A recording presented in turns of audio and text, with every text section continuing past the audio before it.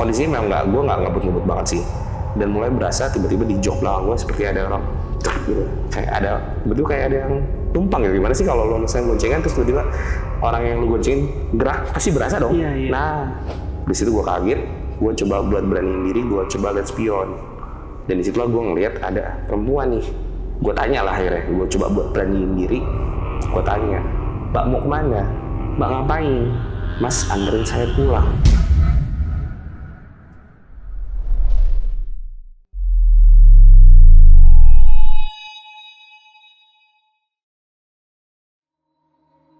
Halo semuanya, kembali lagi di Lentera Malam bareng gue Jamal, dan di segmen Saksi Misteri kali ini gue udah kedatangan narasumber yang punya pengalaman horor ketika dia ditumpangi oleh sesosok arwah yang pernah kecelakaan di daerah Bekasi. Nah, kita sapa dulu aja, di sini udah ada Mas Doni. Mas Doni, apa kabar, Mas? Halo Mas Jamal.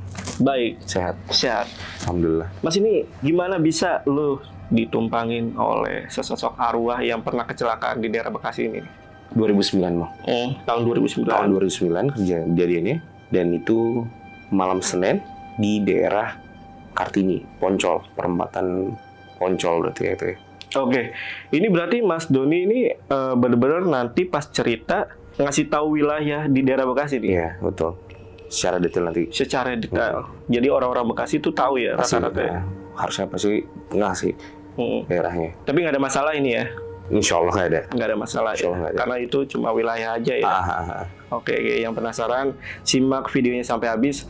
Tapi sebelum itu, buat kalian yang pengen jadi narasumber di Lentera Malam sama seperti Mas Doni, kalian bisa langsung aja DM ke Instagramnya Lentera Malam, yaitu ada di @lenteramalam.id, dan jangan lupa juga untuk mampir ke Spotify kita. Itu ada di Lentera Malam Podcast Horor. Untuk semua linknya gue taruh di deskripsi. Yaudah, buat kalian yang penasaran sama cerita lengkap dari Bang Doni, tonton video sampai habis, dan tanpa basa-basi lagi, Saksi Misteri, kita mulai.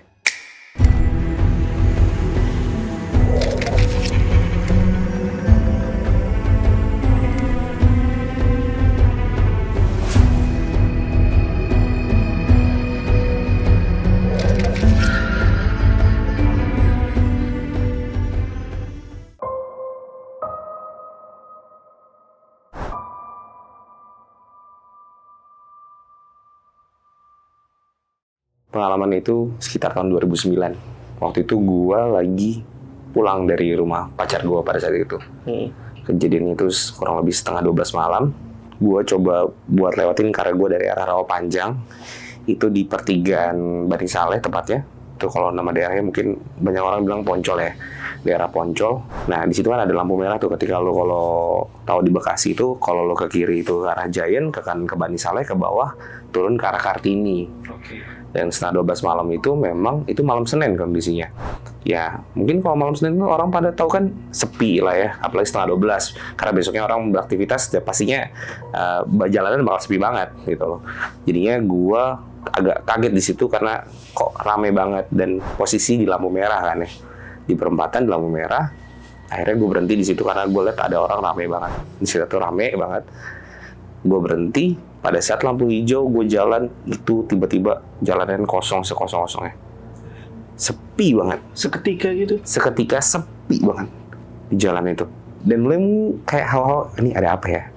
Kok sepi ya gitu ya? Gue ngeliat kanan kiri sepi, ini orang-orang motor yang tadi tuh pada kemana gitu kan ya?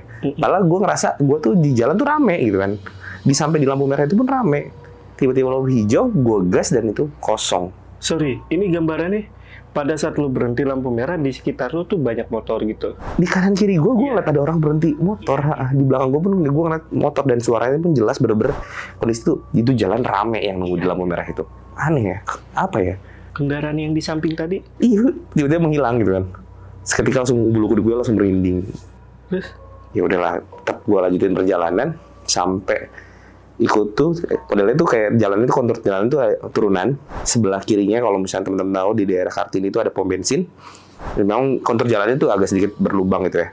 Agak sedikit jelek jalannya. Pas gue bawa motor gue itu, kondisinya memang gue nggak ngebut-ngebut banget sih. Dan mulai berasa tiba-tiba di jok belakang gue seperti ada orang gitu.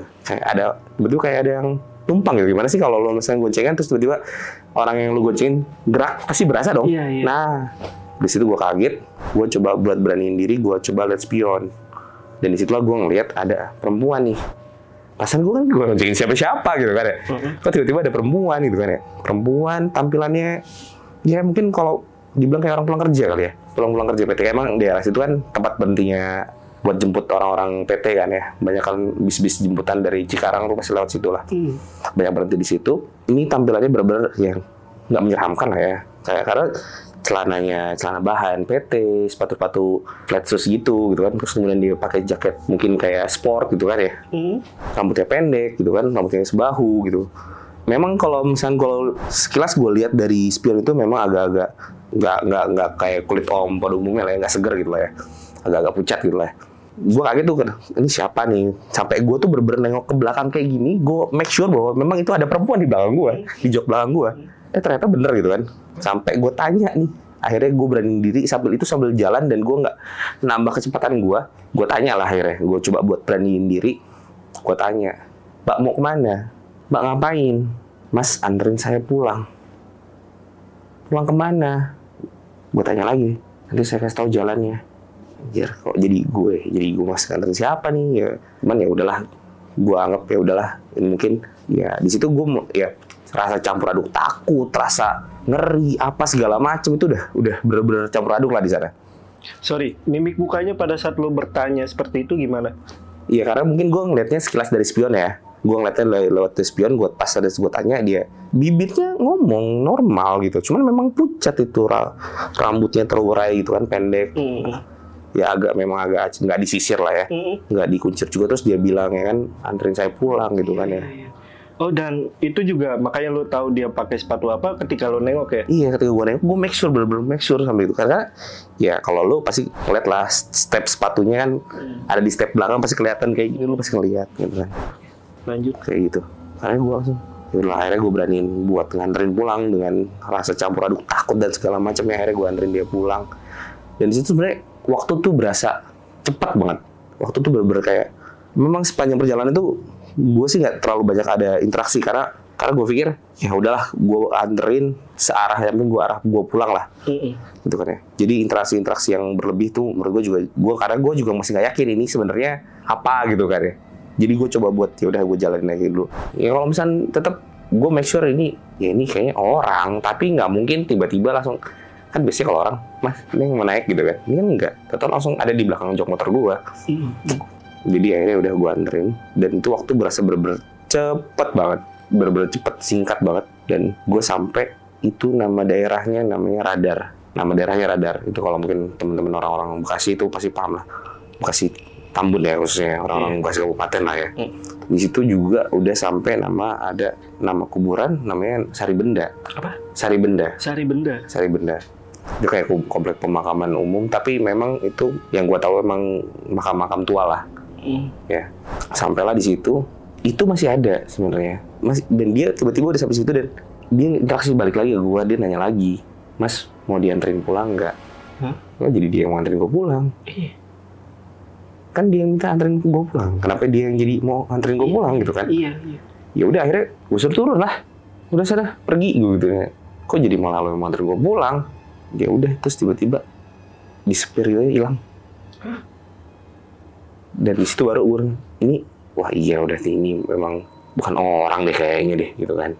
Juga baru gue tuh baru sadar bener-bener bukan orang deh, karena tiba-tiba ngilang gitu aja.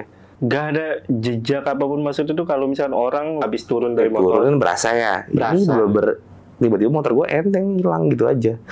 Dan gak ada dia yang lihat jalan gitu kemana? Gak ada, bener-bener hilang. Pas di depan pintu kuburan tadi tuh, komplek pemakaman Saribenda itu. Anjir lah, gue selalu merinding gue sih kalau di posisi lo juga merinding sih. Abis itu gimana tuh? Ya udah, akhirnya gue coba buat lanjutin perjalanan karena kurang lebih masih ada sekitar 1 kilo lah mau ke rumah gue.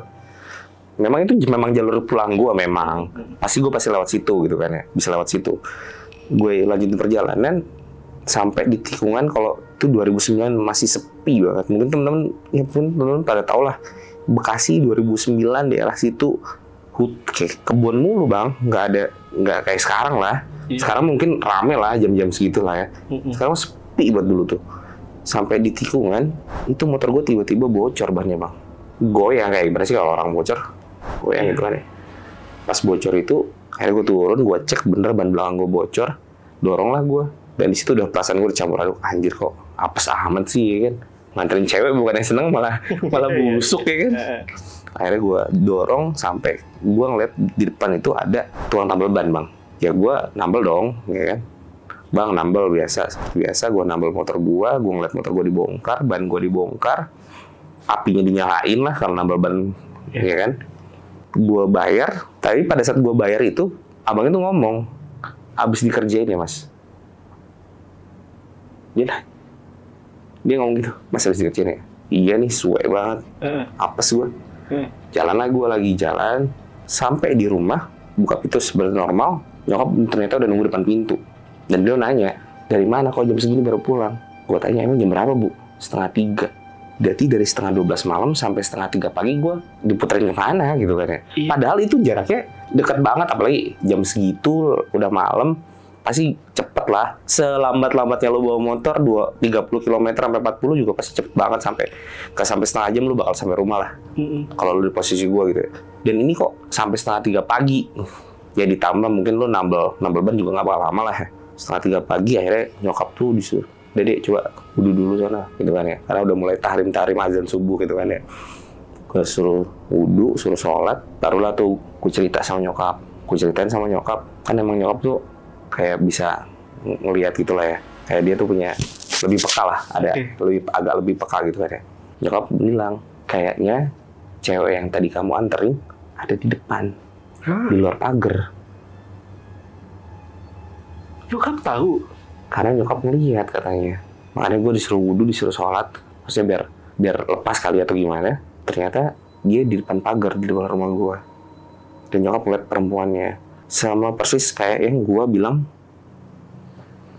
Ciri-cirinya kan gue cerita sama nyokap lah ya, ciri-cirinya gimana bla bla bla. Itu ada di depan. Habis sholat kamu tidur aja udah. Akhirnya habis sholat subuh gue tidur.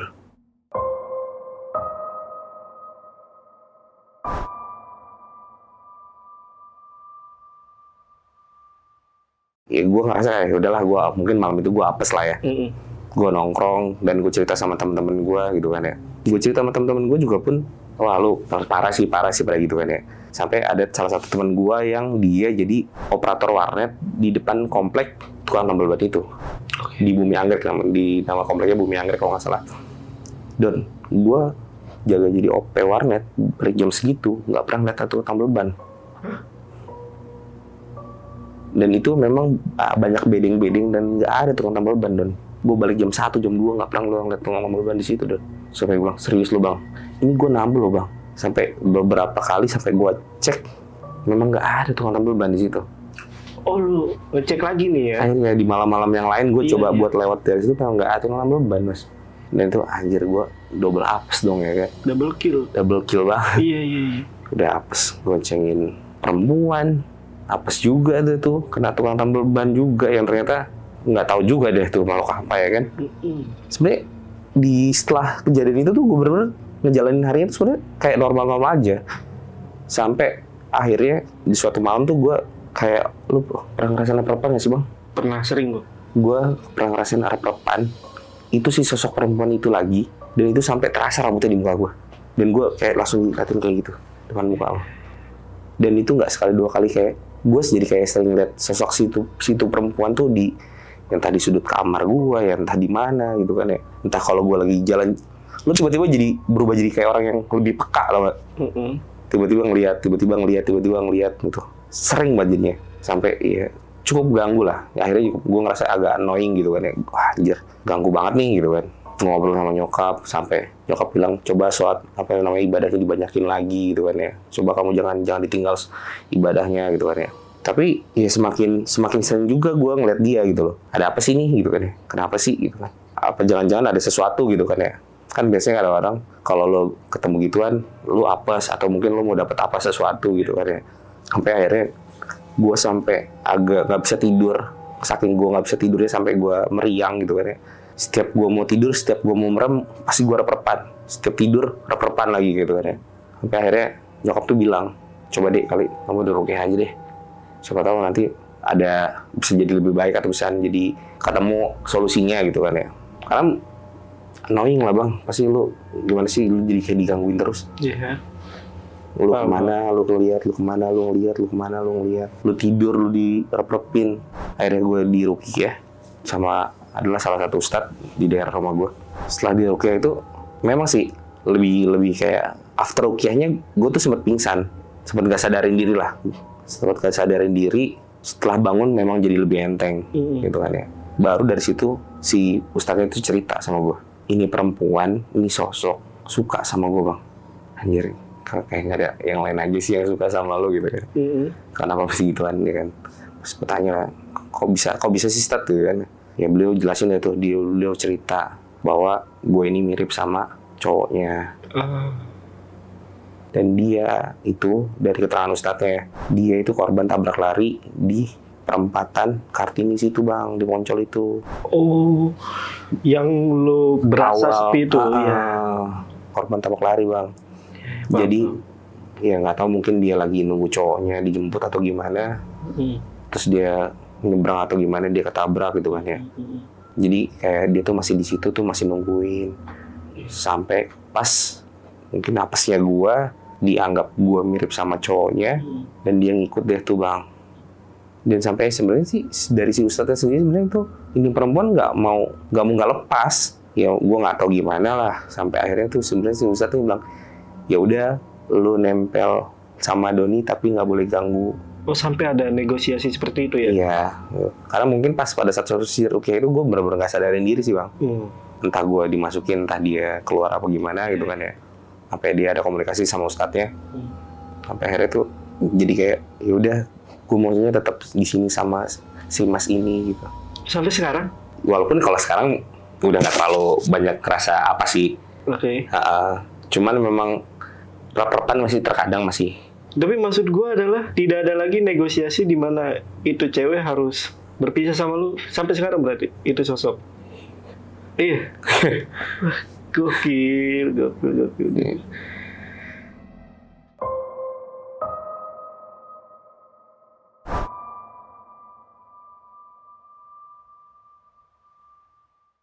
Gue akhirnya mencoba buat berdamai sama diri sendiri sih. Ya udahlah. Maksudnya kalau memang selama dia nggak ganggu aktivitas gue gitu kan ya, ya udahlah gitu kan. Ya lagian juga kan dia nggak kelihatan gitu loh. Nggak gue tiap hari ngeliat dengan sosoknya dia, terus tiap hari gue ngeliat di sebelah gue atau di mana gitu kan. Ya, akhirnya ya udahlah gitu. Iya. Cuman memang akhirnya jadi lebih peka aja sih bang, sama entah tiba-tiba ngerasa di sini ada nih, di sini ada nih. Oke, berarti ini gue tuh ngebayangin pada saat lu berhenti itu, mungkin pada saat ngerasa rame tiba-tiba sepi, itu mungkin permulaannya kali ya. Kayak tanda-tandanya dia muncul mungkin ya. Bener. Awalnya tadi gue kira lu diboncengin itu karena ngeliat lu kayak tukang ojek kayak gitu. Ya, tidak. Enggak. Karena mantan.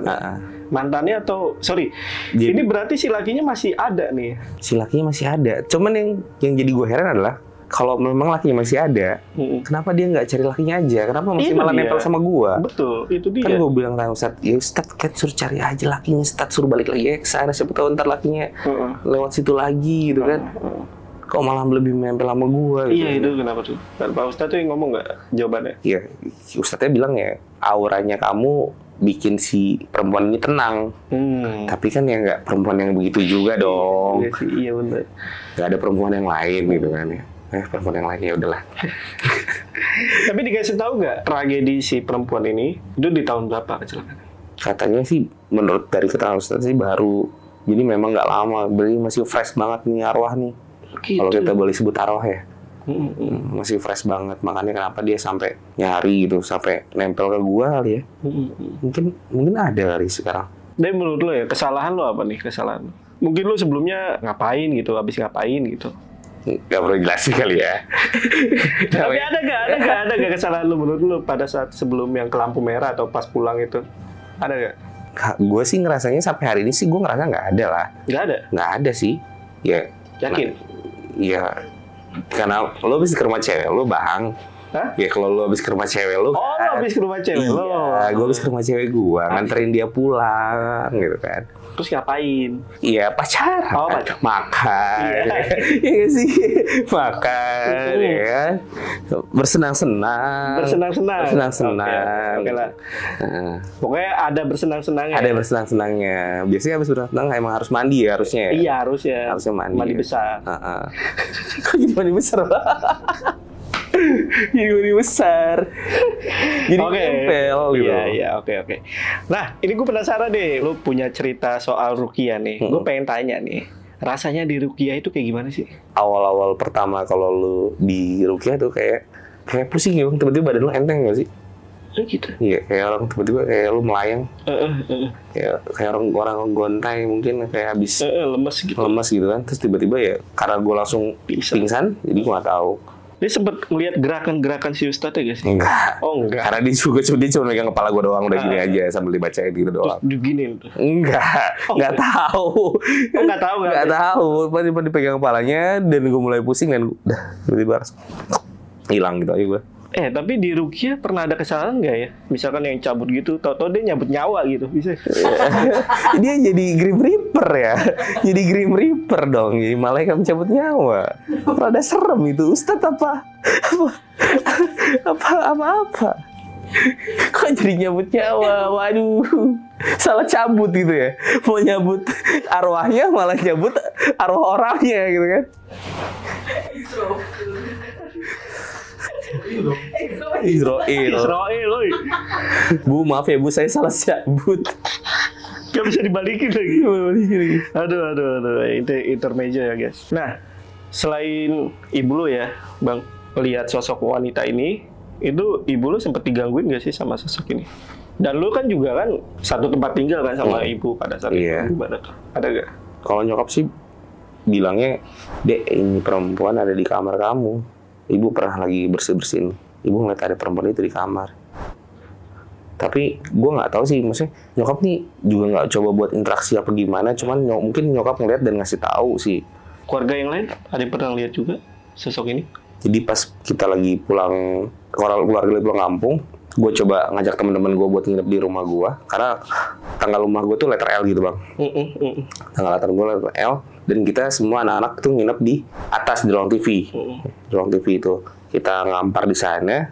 Ini cerita temen gue sih, cerita lebih tepatnya. Jadi temen gue itu pas dia mau turun, karena kamar mandi cuma ada di bawah kan ya. Akhirnya dia baru turun 2 anak tangga. Di anak tangga kedua paling bawah dia ngeliat perempuan itu. Tapi lagi mainin rambutnya. Akhirnya dia mundur lagi pelan-pelan terus dia tidur. Besokannya dia baru cerita sama gue.